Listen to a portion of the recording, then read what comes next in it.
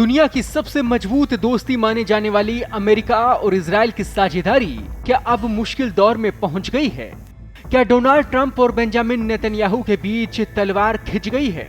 और सबसे बड़ा सवाल, अगर अमेरिका पीछे हट जाए तो क्या इजराइल अकेले अपने दुश्मनों का सामना कर पाएगा?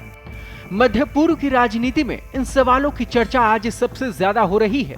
दरअसल अमेरिका और ईरान के बीच हालिया कूटनीतिक प्रयासों और युद्ध विराम की कोशिशों ने ट्रंप और नेतन्याहू के रिश्तों में तनाव की खबरों को हवा दे दी है। ट्रंप जहां ईरान के साथ बातचीत और कूटनीतिक रास्तों को आगे बढ़ाना चाहते हैं, वहीं नेतन्याहू लगातार ईरान को इजराइल की सुरक्षा के लिए सबसे बड़ा खतरा बताते हुए सख्त सैन्य रुख की वकालत कर रहे हैं। यही वजह है कि दोनों नेताओं के बीच रणनीतिक मतभेद खुलकर सामने आने लगे हैं। रिपोर्ट्स के मुताबिक ट्रंप प्रशासन ने कई बार इजराइल को ईरान के खिलाफ बड़े सैन्य कदम उठाने से बचने की सलाह दी है। दूसरी तरफ इजराइल के कई नेताओं ने अमेरिका की नरम नीति पर अपनी नाराजगी जताई है और उसे अपनी सुरक्षा की चिंताओं की अनदेखी बताया। लेकिन सवाल यह है कि क्या इजराइल वास्तव में अमेरिका के बिना लड़ सकता है? सैन्य विशेषज्ञों का मानना है कि इजराइल की सेना दुनिया की सबसे आधुनिक सेनाओं में गिनी जाती है।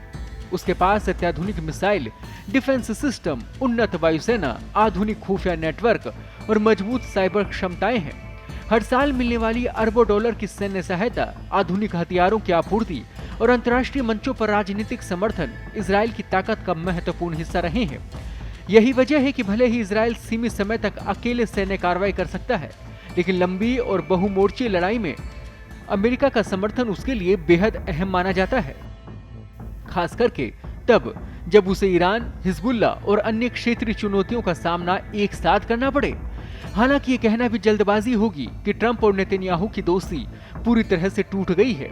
दोनों नेताओं के बीच मतभेद जरूर दिखाई दे रहे हैं, लेकिन अमेरिका और इजराइल के रिश्ते सिर्फ दो नेताओं पर नहीं टिके। दशकों पुरानी रणनीतिक साझेदारी, रक्षा समझौते और साझा हित आज भी दोनों देशों को एक दूसरे के बेहद करीब रखते हैं।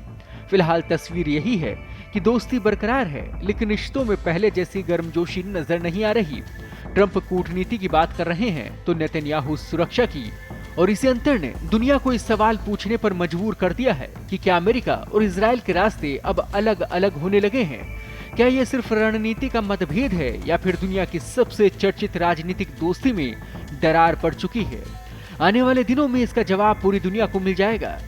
ताजा अपडेट्स और बड़ी खबरों के लिए बने रहें पत्रिका के साथ। मैं हूं आपके साथ कृपाशंकर शर्मा।